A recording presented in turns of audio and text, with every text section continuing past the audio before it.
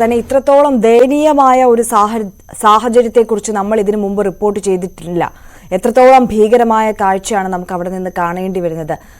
Dan, നമ്മൾ കഴിഞ്ഞ ദിവസവും, അതായത് ഇന്നലെ 8 മൃതദേഹങ്ങൾ ആ ഭൂമിയിൽ തന്നെ സംസ്കരിക്കുകയുണ്ടായി.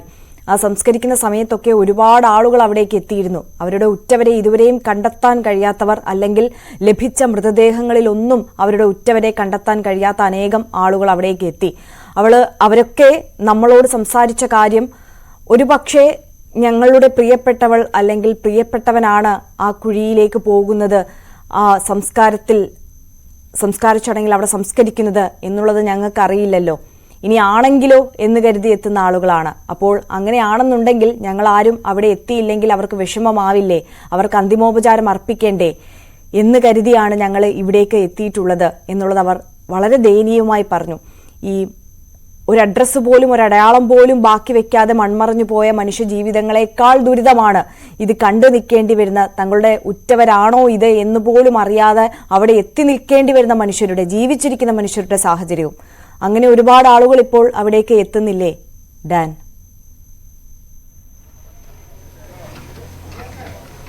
മനസ്സ് കല്ലാക്കി മാത്രമേ നമുക്ക് ഇവിടെ നിൽക്കാൻ കഴിയുള്ളൂ, അങ്ങനെ വേണം ചുരുക്കി പറയാൻ. കാരണം അതാണ് സ്ഥിതി. ഇതിനു മുമ്പ് ഇങ്ങനെ ഒരു കാഴ്ച നമ്മൾ കണ്ടിട്ടില്ല. ഇനിയും ഒരിക്കലും ഇങ്ങനെ ഒരു കാഴ്ച കാണാൻ ഇടവരരുതേ എന്ന ഒരു ചിന്തയിൽ മാത്രമേ നമുക്കിവിടെ നിൽക്കാൻ കഴിയുന്നുള്ളൂ. കാരണം അങ്ങനെയാണ് സാഹചര്യം.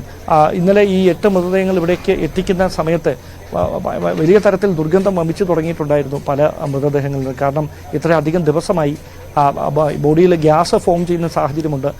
അതൊന്നും വകവയ്ക്കാതെയാണ് ഈ സന്നദ്ധ പ്രവർത്തകർ ഈ PPE കിറ്റുകളൊക്കെ ധരിച്ചുകൊണ്ട് ഓരോ മൃതദേഹങ്ങൾ വീതം അവിടേക്ക് എത്തിക്കുകയും സർവമത പ്രാർത്ഥനയിൽ പങ്കെടുത്ത് അതിനുശേഷം അവർക്ക് സംസ്ഥാന സർക്കാരിൻ്റെ അടക്കം ആദരാഞ്ജലികൾ അർപ്പിച്ചതിന് ശേഷം ഈ മൃതദേഹങ്ങൾ നമ്മളിപ്പോൾ നിൽക്കുന്ന ഈ സ്ഥലത്തേക്ക് എടുത്തുകൊണ്ടുവന്ന് സംസ്കരിക്കുകയും ചെയ്യുന്ന സാഹചര്യമുണ്ടായത്. പക്ഷേ 8 മൃതദേഹങ്ങൾ സംസ്കരിക്കുമ്പോൾ അതായിരുന്നു കാഴ്ചയെങ്കിൽ 189 മൃതദേഹങ്ങൾ ഒരുമിച്ച് ഈ മണ്ണിലേക്ക് സംസ്കരിക്കുന്ന ഒരു സാഹചര്യം ഉണ്ടാകുമ്പോൾ അത് എങ്ങനെയാവണം, ആ സാഹചര്യം എങ്ങനെയായിരിക്കും, ആ സാധ്യതയെന്ന് നമുക്ക് ഊഹിക്കാൻ പോലും കഴിയില്ല. അത്രമാത്രം ദയനീയമായൊരു കാഴ്ചയ്ക്ക് ഈ നാട് അല്പസമയത്തിനകം സാക്ഷ്യം വഹിക്കാൻ പോവുകയാണ്. കാലാവസ്ഥ പ്രതികൂലമായി മാറിയേക്കാമെന്നൊരു സൂചന ഉള്ളതുകൊണ്ട് വൈകാതെ തന്നെ മേപ്പാടിയിൽ നിന്ന് ഈ മൃതദേഹങ്ങൾ സൂക്ഷിച്ചിരിക്കുന്ന സ്ഥലങ്ങളിൽ നിന്ന് ഇവിടേക്ക് അത് എത്തിക്കാൻ തുടങ്ങുമെന്നാണ് മനസ്സിലാക്കാൻ കഴിയുന്നത്. കാരണം ഇന്ന് തന്നെ ഇത് പൂർത്തിയാക്കണമെന്നൊരു തീരുമാനത്തിലാണ് റവന്യൂ വകുപ്പ് ഒക്കെ ഉള്ളത്. കാരണം ഇനി അങ്ങോട്ട് വെച്ചുകൊണ്ടിരുന്നാൽ അത് വലിയ ഒരു തടസ്സമായി തീരും, അല്ലെങ്കിൽ വലിയൊരു വെല്ലുവിളിയായി മാറും. കാരണം അത്രമാത്രം ദുർഗന്ധം വമിച്ചു തുടങ്ങിയിട്ടുണ്ട്. അതുമായി ബന്ധപ്പെട്ട് ഈ ശരീരഭാഗങ്ങൾ നീക്കുകയും പിന്നീട് അത് കിറ്റുകളിലാക്കി ഇവിടേക്ക് കൊണ്ടുവരികയുമൊക്കെ ചെയ്യുന്ന സാധാരണക്കാരായ മനുഷ്യർക്ക് അടുത്ത് നിൽക്കാൻ കഴിയാത്ത തരത്തിൽ ദുർഗന്ധം വമിച്ചു തുടങ്ങിയിട്ടുണ്ട് എന്നൊക്കെയാണ് ഉദ്യോഗസ്ഥർ പറയുന്നത്. അതുകൊണ്ടാണ് അവർക്ക് നൽകാൻ കഴിയുന്ന പരമാവധി ആദരവ് നൽകിക്കൊണ്ട് ആരാണെന്ന് ഇപ്പോഴും തിരിച്ചറിഞ്ഞിട്ടില്ലാത്ത ആ മനുഷ്യദേഹങ്ങളുമായി അല്പസമയത്തിനകം ആംബുലൻസുകൾ ഇവിടേക്ക് എത്താൻ പോകുന്നത്. സ്വാഭാവികമായി ആദ്യം ആര്യ സൂചിപ്പിച്ച പോലെ തങ്ങളുടെ ഉറ്റവരെ ഇനിയും കണ്ടെത്താത്ത ഒരുപാട് പേർ ഇന്നലെയും ഇവിടെ കാത്തു നിൽക്കുന്നുണ്ടായിരുന്നു. പക്ഷേ ആരാണ് അവരുടെ ഒപ്പമുണ്ടായിരുന്ന, അല്ലെങ്കിൽ അവർ സ്നേഹിച്ച അവരുടെ ഉറ്റവർ ആരാണ്, പ്രിയപ്പെട്ടവർ ആരാണെന്ന് ഇപ്പോഴും തിരിച്ചറിയാൻ അവർക്ക് ആർക്കും കഴിഞ്ഞിട്ടില്ല. പക്ഷേ ഇവിടെ എത്തി ഈ ചടങ്ങുകളിൽ പങ്കെടുക്കുമ്പോൾ അവരുടെ ആത്മാക്കൾക്ക് ശാന്തി ലഭിക്കും എന്ന് പറഞ്ഞുകൊണ്ടാണ് ഈ ആളുകളൊക്കെ പല സ്ഥലങ്ങളിൽ നിന്ന് ആരാണ് തങ്ങൾക്ക് മുമ്പിൽ സംസ്കരിക്കപ്പെടാൻ പോകുന്നതെന്ന് ഒരു ധാരണയുമില്ലാതെ ഈ ചടങ്ങുകളിൽ പങ്കെടുത്തത്. സ്വാഭാവികമായി ഇന്ന് അതിനേക്കാൾ ദയനീയമായ കാഴ്ചകൾക്ക് ഈ നാട് സാക്ഷ്യം വഹിക്കും. കാരണം അത്രമാത്രം വാക്കുകൾക്ക് അതീതമായ ഒരു വേദന തങ്ങി നിൽക്കുകയാണ് മാനത്തും ഈ മണ്ണിലും. അങ്ങനെ ഒരു സ്ഥിതിവിശേഷമാണ്. സ്വാഭാവികമായി ആ വേദനയ്ക്ക് നടുവിലേക്കാണ്, ആ മുറിവിന് നടുവിലേക്കാണ് പുത്തുമല ദുരന്തത്തിന്റെ ഓർമ്മകൾ പേറുന്ന ഈ സ്ഥലത്തേക്ക് അല്പസമയത്തിനകം 189 മൃതദേഹങ്ങൾ വഹിച്ചുകൊണ്ടുള്ള ആംബുലൻസുകൾ കൂട്ടമായി പോലീസ് അകമ്പടിയോടെ ഇവിടേക്ക് എത്താൻ പോകുന്നത്. ആര്യ, ഡാൻ കുര്യനാണ് പുത്തുമലയിൽ നിന്ന് നമുക്കൊപ്പം വിവരങ്ങളുമായി പങ്കുചേർന്നുകൊണ്ടിരിക്കുന്നത്. ഡാൻ, ഇതുവരെ ആചരിച്ചു പോന്നിരുന്ന മതസംസ്കാര ചടങ്ങുകൾ, അല്ലെങ്കിൽ അവർ ആചരിച്ചു പോന്നിരുന്ന സംസ്കാരമൊക്കെ അപ്രസക്തമാകുന്ന നിമിഷമാണിത്. അവരാരായിരുന്നു എന്നുപോലും അറിയിക്കാൻ കഴിയാതെ അവർ വിടവാങ്ങുകയാണ് ആ ഭൂമിയിൽ.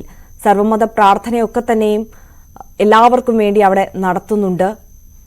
ഏത് തരത്തിലുള്ള ഒരുക്കങ്ങളാണ് അവിടെ പുരോഗമിച്ചുകൊണ്ടിരിക്കുന്നത്? കഴിഞ്ഞ ദിവസമൊക്കെ തന്നെ നമ്മൾ കഴിഞ്ഞ ദിവസം ഇത്തരത്തിൽ സംസ്കാര ചടങ്ങ് നടക്കുമ്പോഴൊക്കെ മന്ത്രിമാരൊക്കെ അവിടേക്ക് എത്തുന്നതൊക്കെ കണ്ടിരുന്നു.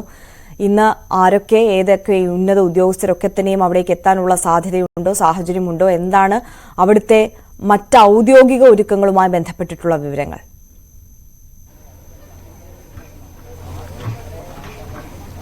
സംസ്ഥാന സർക്കാരിനെ പ്രതിനിധീകരിച്ചുകൊണ്ട് റവന്യൂ മന്ത്രി അതോടൊപ്പം തദ്ദേശ സ്വയംഭരണ വകുപ്പ് മന്ത്രി ഉൾപ്പെടെയുള്ളവർ ഇന്നും ഇവിടേക്ക് എത്തിയേക്കും എന്ന് തന്നെയാണ് അറിയാൻ കഴിയുന്നത്. അവർക്ക് പുറമെ സർക്കാരിന്റെ ഉന്നത ഉദ്യോഗസ്ഥർ, ചീഫ് സെക്രട്ടറിയോടൊപ്പം ഈ പ്രവർത്തനങ്ങൾ ഏകോപിപ്പിച്ചിരുന്ന ഉദ്യോഗസ്ഥർ, അതോടൊപ്പം റവന്യൂ വകുപ്പിലെ ഉന്നത ഉദ്യോഗസ്ഥർ, പഞ്ചായത്ത് തലത്തിൽ തദ്ദേശ സ്വയംഭരണ വകുപ്പിന്റെ ചുമതലയുള്ള ഉദ്യോഗസ്ഥർ അവരൊക്കെ ഇവിടേക്ക് എത്തുന്നുണ്ട്. സ്വാഭാവികമായി ഈ നടപടിക്രമങ്ങൾ ആരംഭിക്കുന്നതിന് മുന്നോടിയായി മത്സര നടപടികൾ തയ്യാറാക്കേണ്ടതുണ്ട്. അതുമായി ബന്ധപ്പെട്ട റവന്യൂ ഉദ്യോഗസ്ഥരും ഇവിടേക്ക് എത്തുന്നുണ്ട്.